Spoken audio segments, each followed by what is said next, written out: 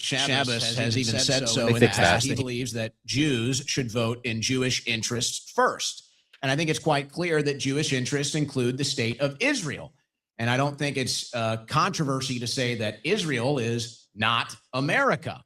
The vast majority of Americans didn't grow up in a household or a theological belief that Israel is something that they're supposed to care about or be concerned about. Even Christians, it's just not something that we think about. America is a Christian nation. It was raised on Christian values, but you don't even really have to get into that. I think that if you just look at foreign policy in my 36 years on earth, and the vast majority of Americans to agree that he fixes it. Owen needs a better mic. That mic sucks. Treasure. And we see at the heart of the influence of this disastrous foreign policy is Israel, specifically even Netanyahu. So we just say, well, how does this happen? How is it that no matter who gets elected, Congress always votes for more aid and military support for Israel? So we just look around and we say, well, here it is. Here's AIPAC. Here's Marian Adelson. Here's the same factors that buy both sides of Congress to make sure that Israel's best interests are taken care of. And I appreciate people like Shabbos that are honest about it. And they say, yes, I do think about Israel's interest. I do put Jewish interests first. And I think it is inherently obvious that, yes, if those are your first interests, then no, you are not America first. All right, Shabbos, your turn to rebuttal. Sure. Well, hi, everyone. First of all, my name isn't Shabbos. It's Shabbos. So that's first off. Second off, it's absolutely true. I'm Jewish first, and I base my politics, I base my religion, I base my relationships based on my Judaism in the same way that Christians should absolutely base their politics, base their religion, base their relationships, base who they're voting for on their Christianity. You know who taught me that? Charlie Kirk. That's why it's called being a Christian conservative and not a conservative Christian. America is a Christian country, and America would be a much better country if more Christians went to church, particularly young people, particularly young white people. America would be a much better country if more Christians learned the New Testament and the New Testament. And America would be a much better country if they learned the New Testament and the Old Testament. And America would be a much better country if more Christians lived a life in accordance with the teachings of Jesus Christ. So I'm not Christian, so I'm therefore not Christian first. But if you are a Christian, you should absolutely look at your Bible, live by your Bible, and then ask yourself, what would my Bible, or how would my Bible want me to vote? In the same, would they want you to vote for the side that's killing all the children? I'm pretty sure they would not. I'm pretty sure the Bible was pretty clear, and they're against the killing of children. So you use that how you will. Same way I look at my Judaism and say, how would my Bible want me to vote? There's a reason I live in America, and that is because America is the greatest country on planet Earth. It's the country I was born into. It's the country I've lived in. It's the country I will die in. There's a reason why I very proudly, you can't see it, but it's in the front. There is a reason I very proudly fly my American flag. There's a reason I very proudly, at my master's graduation, only wore an American flag on top of my graduation gear. There's a reason that in synagogue we pray for the welfare of the United States of America. And in fact, today happens to be International Holocaust Remembrance Day. And so I moderated a panel with 4 Holocaust survivors. And at the end, when I asked them to give a message to the students, none of whom were Jewish, these were at public schools, all of their messages was about appreciating how they were born into the greatest country ever, the United States of America, and to support our leadership, whoever they may be. I'm very proud of the fact that not only did I vote for President Trump, I spoke at the Republican convention, I spoke at Trump rallies, I supported Republican candidates up and down the ticket because I recognize that illegal immigration and the importation of those who don't share our American values, who don't share the support and love of Western civilization, is one of our greatest threats. And I came to that conclusion as a result of my religious values. Now, I don't think most of the American people care about Israel, which is why I was surprised that you spent so much of your answer talking about Israel. I'm happy to talk about Israel and respond to Israel, but nevertheless, let me state that it is true. Our economy is in terrible financial straits. It is true that young people are being forced to work 2 to 3 jobs. It is true that there is a lack of purpose, there is a lack of meaning, but I am telling you, and this is why Charlie Kirk was such a remarkable human being and was so impactful, not just to me, but of course to millions of young people, that the most conservative, most pro-America argument that you can possibly make is to make something of yourself. Go to church, find a woman, get married, have kids. If you subscribe to an ideology or a philosophy where I will never be able to get ahead in life, I will never find a wife, I will never have a good paying job because something Bill Ackman, or something Israel, or something the Jews, leaving aside the falsity of that belief, which I'm happy to get into if you want, but leaving that aside, that will be an incredibly destructive mindset and mentality to live by. Build something of yourself. My parents came here as legal immigrants 30 years ago. My dad built his own company. I'm a first-generation American, and I'm so proud to be a first-generation American. And that's why in 1790, President George Washington writes a letter to the largest Jewish community in the United States at the time. And he says in this letter, we want you as Jews to come to the United States and practice your religious beliefs, because in his own words, quote, bigotry will be granted no sanction and persecution no assistance, which is why freedom of religion is not in the 10th Amendment or the 25th Amendment. It's the First Amendment. And so long as someone practices their religion in the context of legalities and in the context of what's in the fruitful nature of Western civilization, then absolutely people should come here. They should come here legally, and they should only come here if they subscribe to our values. And that has nothing to do with Israel. It has nothing to do with Jews. It has nothing to do with Barry Weiss. You want to cut the foreign aid? I don't really care. It's less than 1% of our federal budget. Go for it.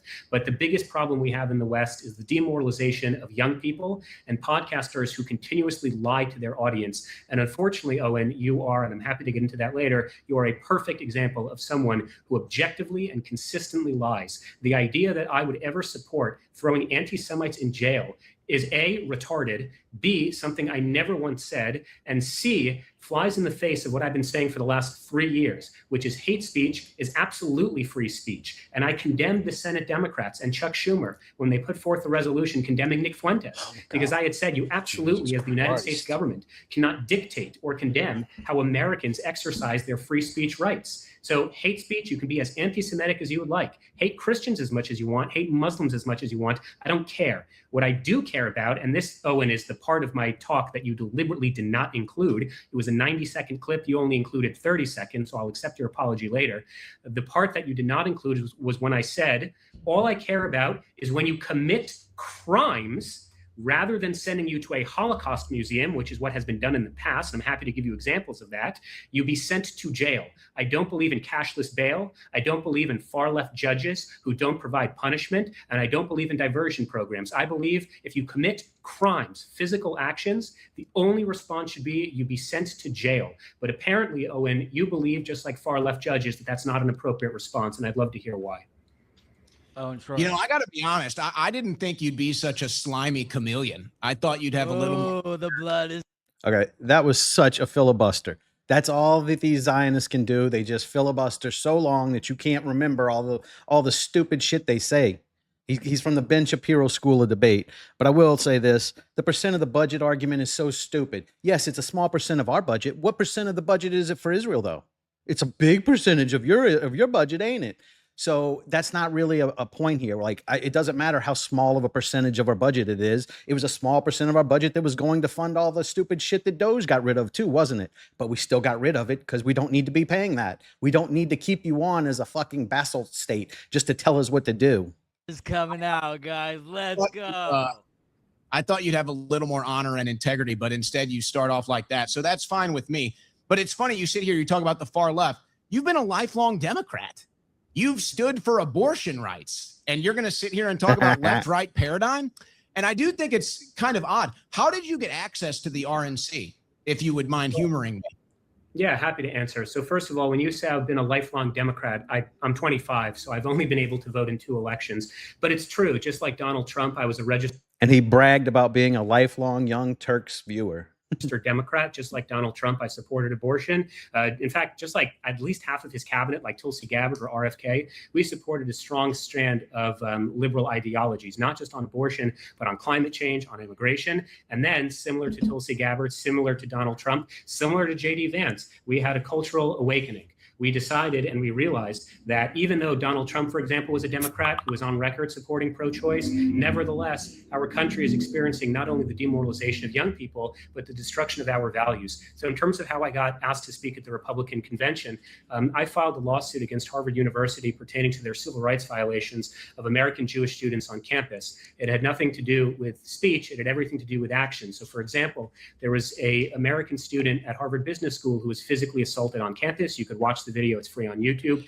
There was an American Jewish undergrad who was spat on for wearing his yarmulke on campus. There was a staff member at Harvard who threatened me with a machete. So we decided that a crony institution like Harvard University, which has a $59 billion endowment and is violating the civil rights of American students, should be held accountable in the court of law. And for anyone who's watching, if you're Christian, if you're Jewish, if you're Muslim, if you have institutions that are violating your civil rights, you should absolutely, and I'm happy to connect you with the Department of Justice, you should absolutely hold them accountable and use your rights as an American citizen. So because of my lawsuit against Harvard University, because of my outspokenness against the far left on campus that I had condemned and disavowed, because of my constant critiques of higher education, the Republican convention reached out and asked if I would help out with the Trump campaign, which I absolutely jumped at the opportunity to do. I have repeatedly said, just like Donald Trump, that I was foolish to be a far leftist. I was foolish to be a liberal. I was foolish to be a registered Democrat. So translation here, since he's going to go on forever about this, is Donald Trump was going to give Israel a bunch of money, so I became a Republican. There's your answer. That's what happened. Proud of the fact that I've registered hundreds of voters to vote for the Republican Party, and I'm campaigning for specific Republicans in the midterm elections. We'd love to have your help. But if you want to use the argument of, well, you used to be on the far left, which is true, I'm not denying that. I just think it's a silly argument considering that most of Trump's cabinet also used to be literal registered Democrats, including President Trump himself. Oh, and you want to take a response to that? He was just pointing out the irony here because you're bitching about the left and leftist judges whenever you were a leftist, like right up until Trump started to decide to bomb everybody for Israel. That one? Yeah, well, I'll be interested to see what specific Republicans he's talking about, but I think we can probably guess. So in other words, you were Notice he just interrupted too, right? He's going to have a real issue with interruptions towards the end. invited to the RNC as their token victim, and you're going to sit here and act like, oh, there's some big civil rights activism happening on the right wing. Really? For what other groups? White people have been systematically discriminated against for my entire life. They can't get into Ivy League schools. They can't even get CEO positions. They can't get administrative positions. The whole culture, the whole political culture, the whole executive culture has been aimed against white people. Where are the big civil rights movements for whites? I was put in prison for speech. I'm not somebody that campaigned or worked with Joe Biden. I'm not somebody that was a Democrat the first time Trump was on the ballot. And I don't get anything from the RNC. And I think we all know why. There's one litmus test. You're either going to be loyal to Israel or you're not. And if you're not going to check that box, you're not going to be invited to the RNC. So this isn't a civil rights thing. Okay, this is do you get gate kept in or out off of the one issue from the top donor of the Republican Party, the AIPAC donors, and Marion Adelson. So when you make this whole thing like, oh, it's all fair, it's all good, don't worry, everything's fair and equal, it's about civil rights. No, it's not. You can't use that argument anymore. The biggest victim of civil rights abuses in this country in modern history has been white people. And me specifically, I've been put in prison for speech. But there won't be any invites for me because I speak out against foreign aid to Israel and I speak out against military intervention in the Middle East. So I won't be getting the invites. And that's fine. I've been put in prison for my speech. I didn't have my feelings hurt at Harvard like others. I've had plenty of death threats, credible death threats against me, just had guns pointed at my head just last year. No outreach, no concern, no civil rights. The FBI just puts me off. So no, you're not going to be able to use the civil rights argument here. I think we know. I think you're in bed with the big donor class. It's pretty obvious. You've switched sides. You found it more advantageous, maybe more profitable, I don't know, to switch sides at this term in American politics. And who knows, you might switch back tomorrow. But, you mentioned something about Christian values. You think I think he did switch back. We'll have to look into that. Christians should put Christian values first. And so I do agree with that. And I'd be wondering then, it would be a Christian value. First of all, it would be a Christian value to say, actually our theological beliefs are completely diametrically opposed to one another. We believe Jesus Christ is the Messiah, and the Jews did not, and ultimately had him crucified. But I don't know if that's really a debate that we want to have or that you want to have. But also, as a Christian, I don't think it's a good thing to support the state of Israel that is currently killing people with our tax dollars, innocent women and children. So I would say if Christians really wanted to stand up for Christian beliefs, we would stop supporting what's going on in the Gaza Strip. But guess what? Christians get their arm twisted again. Oh no, you have to support Israel. It's your theological belief. You have to be Zionists. So are Christians allowed to actually have Christian beliefs and say, no, we're not going to support killing innocent women and children in Gaza? No, we don't have to support Israel. And in the New Testament, God's chosen people, the new Israel is the church of Jesus Christ. Are we going to agree with that then? Okay, so I'll say a couple of things because you made a lot of different points that weren't correlated and certainly weren't substantiated. So first of all, I encourage all the listeners right now, just go on YouTube, type in Shabbos Kestenbaum, my name, and James Hankins. James Hankins was a 40-year professor at Harvard University, and he just left Harvard University because of the wokeism, because of the political indoctrination, and get this, because of the anti-white discrimination.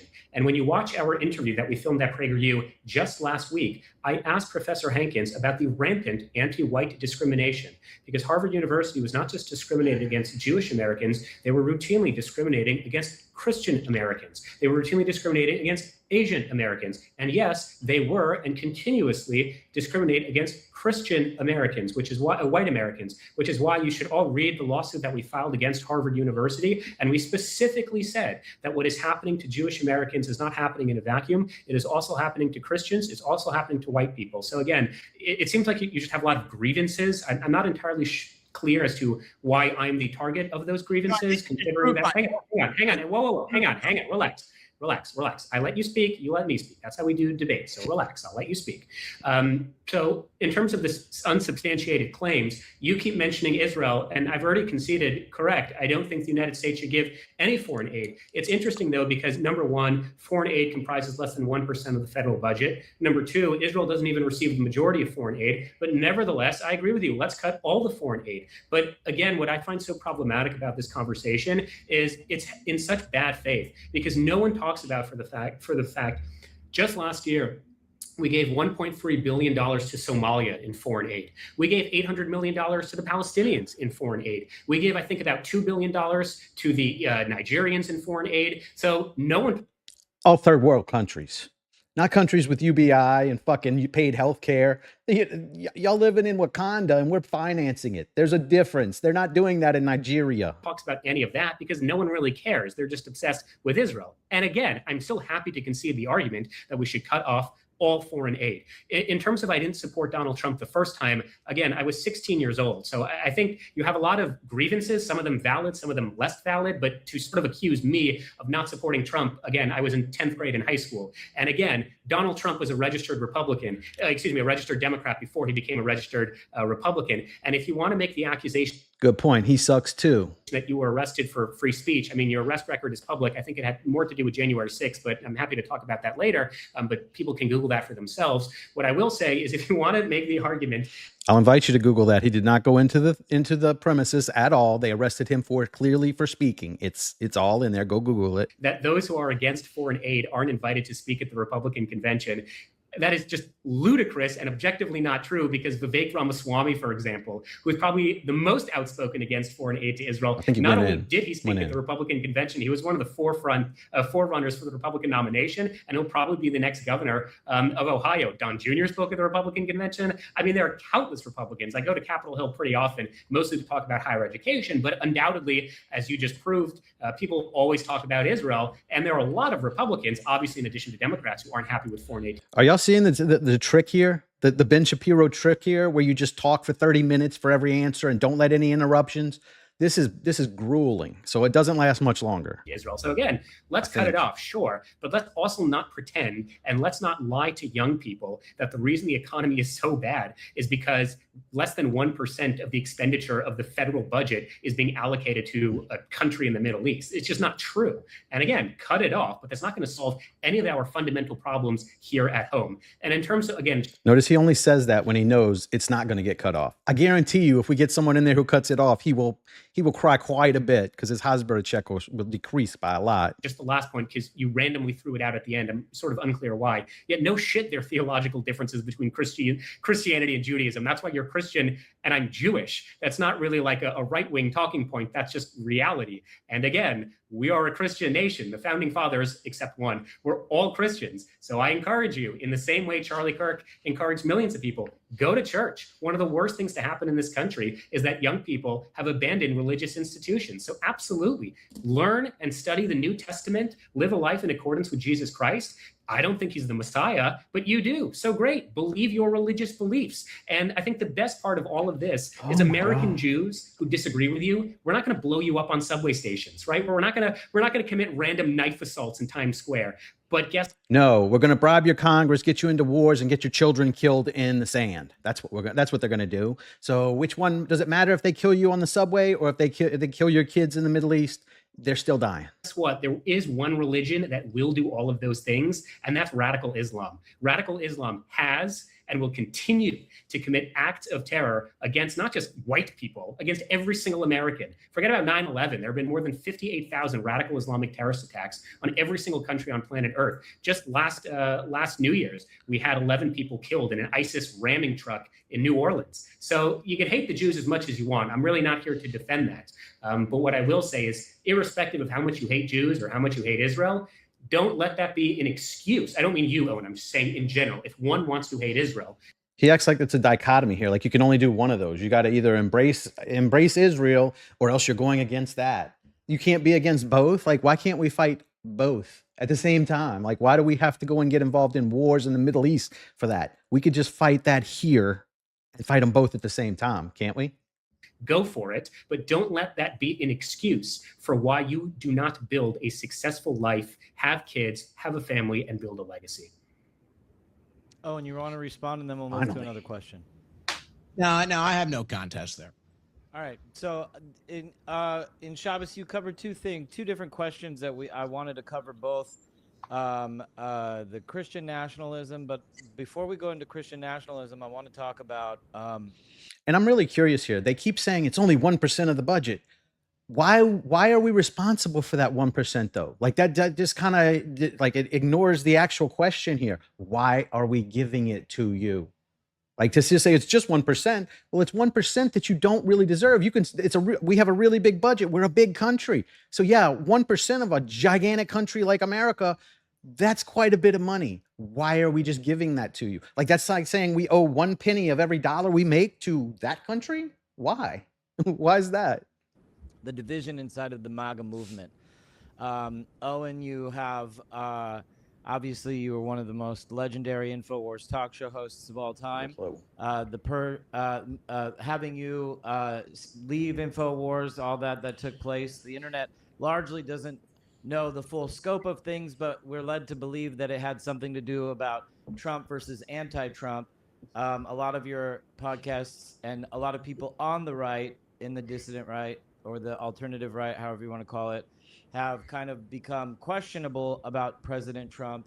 And is this because of something in President Trump's policy, or is it because he refused to fully embrace the Jewish influence conspiracies that go around on the right? And to Shabbos Kestenbaum, you stood on the RNC stage of the MAGA movement. Does Owen split from does this largely growing sentiment on the alternative right that moves away from President Trump? How does that make you feel as a Democrat coming into the Republican Party for the first time? Do you see do you think that this will eventually turn on the Republicans? And we'll start with Owen, since Shabbos had the last segment, the end of the last segment. Well, let me just say, I think that it sounds to me like there's going to be less debate here. It sounds like we probably agree on a lot of political issues. There might be some side issues and some theological. We're going to go to international policy soon. Terrible, Mike. Yeah, but I just want to say something here. Okay.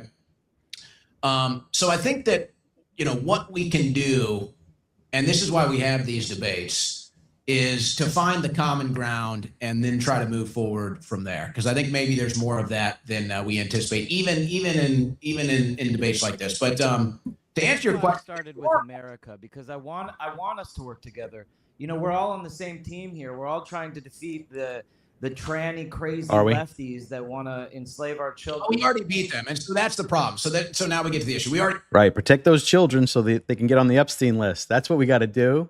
That's what we need to do. We beat them. We shouldn't even be talking about them anymore. But as far as, whatever you mentioned about the grand Jewish conspiracy, I don't think Trump has, if anything, Trump has made it worse than ever when he goes to Israel and he says, there's Marian Adelson, there's the top donors right there, and they care more about Israel than they do America. I mean, that's not really helping the cause. I don't really think that's helping to quell anti-Semitism here. Now, I will say this, if we want to get back to it, maybe the one point of contention, if you're looking to draw more blood, is when he claims, I clipped that statement of his out of context. We can go back to that shortly. Here's my problem, and I predicted this as soon as I saw it happening, and now I notice that everybody else is worried about the midterms. To me, the administration got lost when first of all, there were really probably three things that were the pivotal moments of why Trump's approval rating is low, why people are concerned about the midterms now, and let's say the MAGA split, whatever that means. Just to let y'all know, this debate is about 4 months old. It's not too old, but it's 4 months old. So, for all intents and purposes, is done. It's over. First, it was Doge not going all the way. The fact that they didn't take Doge to the finish line and save $1 trillion annually, and also have massive arrests for fraud, waste, and abuse, that was failure number one. Failure number two was prioritizing bad foreign policy, the Iran strikes specifically, instead of, let's say, deep state arrests. If you could have done a bunch of deep state arrests and then struck Iran, then probably you can get away with it. Now, maybe there might be some nuance and some stuff that was behind those strikes that we don't fully understand, and I anticipate that is the case. I think that Trump probably cut a deal with Iran and said, you're going to let me strike these people to stop a larger war. I don't know, but it doesn't matter, because what the public saw was more Middle East intervention, more regime change war before one deep state arrest. Deep state arrest for a stolen election, Russiagate, Spygate, whatever. And so that rubbed people the wrong way. And then came the Epstein debacle, which has just been a total disaster, a PR disaster beyond our comprehension, I would say, when we elected Trump. Maybe that has a lot to do with Bondi, but you can blame Trump as well. He calls it a hoax. He attacks his voters that won't give it up. Why? Why should we give up on the Epstein thing? I think it's a pretty important deal. So those were the three main issues. Wonder why. The Iran strikes, not taking Doge all the way, and then the Epstein cover-up. Now, the ultimate legacy of Trump, he's in charge of that. But as far as MAGA is concerned, to me, it's dead. I don't know what is left. What even is MAGA anymore? It seems like this is just another administration that is run by the same neocons, the same foreign interests, the same special interests, and the things that the dissident right that got behind Trump and put him over the finish line in 2016, the populist right that I think we all are a part of to some degree. To me, our issues have been mostly ignored, and we haven't gotten any closure. Shabbos, you want to respond?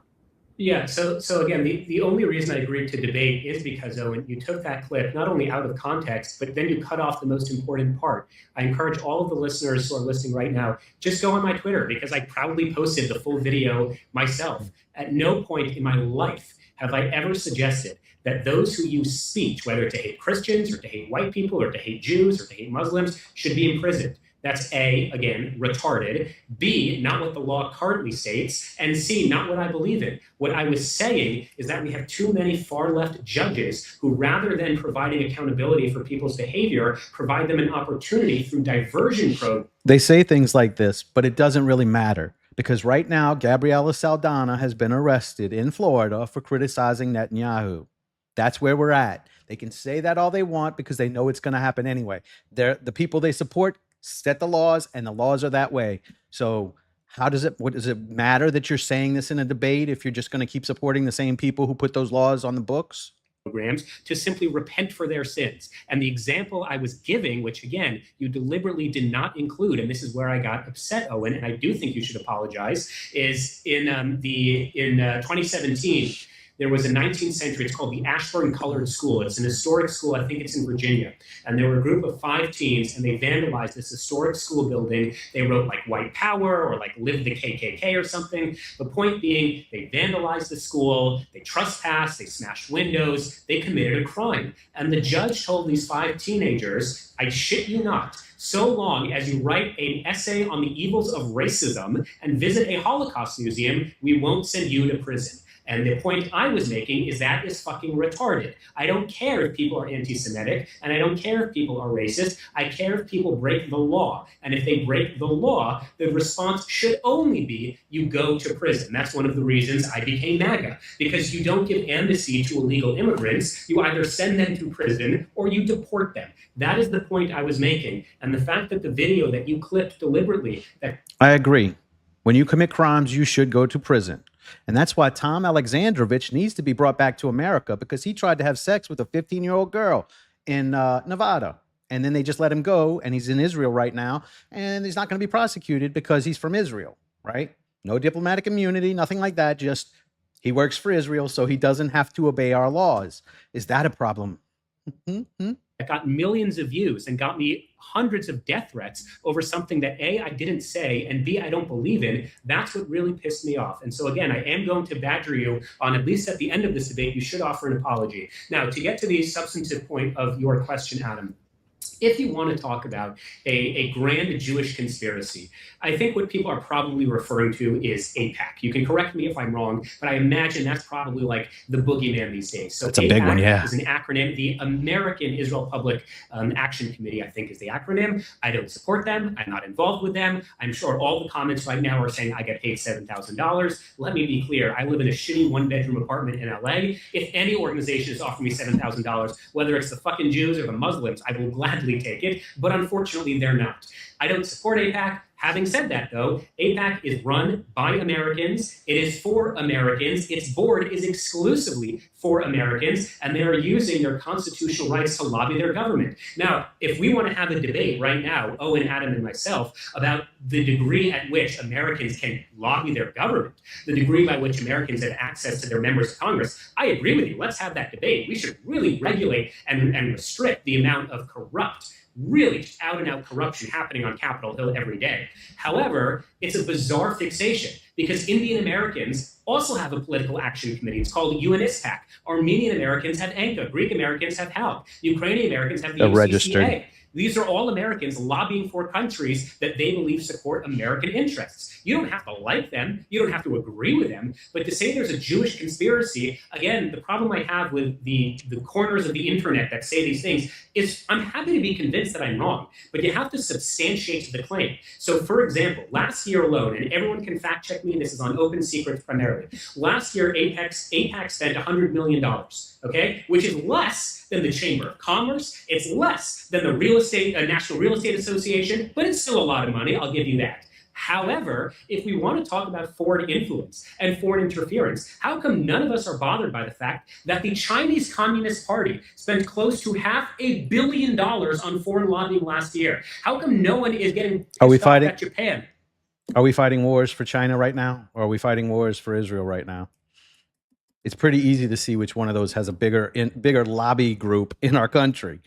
And Miriam Adelson has donated hundreds of millions of dollars to Trump and other various candidates, like the guy running against Thomas Massey. So how is that happening? Oh, yeah, you just don't count that. Yeah, it counts as just an individual, but they're all from Israel. Israel is the issue. We're not just saying it's AIPAC, but it is all of Israel who is trying to influence our elections. There should be no foreign money in our elections. Spent $400 million last year, or Big Pharma spent $400 million last year, or Saudi Arabia spent $300 million last year, or Qatar spent $250 million last year. I was on Fox News today, just a couple of hours ago, and we spoke about how there are so many Chinese Communist parties at Harvard Kennedy School, which is the School of Government and Public Policy, that the Chinese Communist Party literally calls Harvard Kennedy School, quote, the party school. So is there foreign interference in our elections? 100%. But the obsessive the obsessive nature or the obsessive desire we have against Israel, which I agree with you, cut the aid, at the exclusion of every other country, clearly demonstrates to me that this is not an accusation or an argument being made in good faith. Because if we truly cared about foreign interference, we would care about the countries that are much more adversarial, that are much larger, and that are spending way, way, way more money than Israel currently is. And not with more. This, Owen, I'll ask you a question. When people talk about the United States government is controlled by Israel, or the Jewish conspiracy theory, I can talk about how in 1948 Harry Truman prevented the Israelis from totally destroying the Egyptian army. I can talk about literally one president after the next who restricted the military operations of the state of Israel, literally from 1948 to the present. Someone has to. We need a president now that can do that. That's what we need. A president now who can do that. Present day. But the one question that no one who hates Israel has ever been able to answer is, if Israel controls the United States government, then please, Owen, I'm asking you, please clearly explain to me, how is it that barely 10 years ago, the JCPOA was passed? Well, I don't think that you're Right. Because if you don't support, you're not supporting Israel if you have a treaty with any other country. You can't have treaties with other countries and still be our bitch. Like, what the fuck? They were trying to get Iran not to have nuclear weapons. How is that even in conflict with Israel? Because they want them to not, they want them to not exist. They think only they have the right to exist. Iran does not. So they don't even want us talking to them like they're a country. That's why it was an insult to Israel. Not what it had nothing to do with Israel. Them not having nuclear weapons. How is that bad for Israel? In what way is that bad? Oh, because they get some money for not doing that, and Israel doesn't want them to have any money, right? Only they can have money. The examples you're providing here are not equal, and here's why. There has only been one person that has showed up to the U.S. Congress for, I think, 40 years now, who has been telling the American people and Congress that every neighboring country and every opposition leader in the Middle East has weapons of mass destruction. And that person is Netanyahu. And because of his intelligence that all ended up being false, we sent men and women to die and trillions of dollars into the Middle East because of lies, in my opinion, lies that were told us by Netanyahu. So there is no other country. You can talk about money, and it sounds like we all agree on the money issue, so I don't think there's any contention there. But as far as... Do you? I got a feeling if they came in and said no more money for Israel, this guy would have a hissy fit. I can guarantee it. Military intervention and blood and treasure in foreign lands is concerned, that's why people have a problem with AIPAC. That's why people have a problem with Netanyahu, because of all of these different countries, there's only one that sends us to war on their behalf, and that is Israel. And so there's the big difference there. So we all agree the foreign aid, there's too much money going everywhere. I don't think anybody contests that. But we always seem to take military action on behalf of one state, one country in the Middle East, and that is Israel. And if there's anything that both sides of Congress agree on, it's that every time they vote in favor of Israel. And AIPAC brags. AIPAC brags about how they own both sides of Congress. So, no, all of these things are... Bragged right after Massey lost, said they did that, even though everybody in the media was saying the AIPAC didn't do that. AIPAC themselves came out and said, we did that. Not equal. AIPAC has way more influence and power, especially when it comes to foreign policy, over any other country. And I don't think it helps that we see laws passed in the United States of America, which you might disagree with these laws, but they get passed, like anti-BDS bills, protecting Americans or Jews from anti-Semitism. This stuff does happen. These laws are on the books. They've been proposed multiple times. Bills have been proposed. This stuff does happen. So no, not all foreign aid and not all foreign influence is equal. It's very clear that Israel gets prioritized in that regard. And I don't even think it's close. And if you want to argue that these things are equal, then, people are just going to say, well, that's because you got $7,000.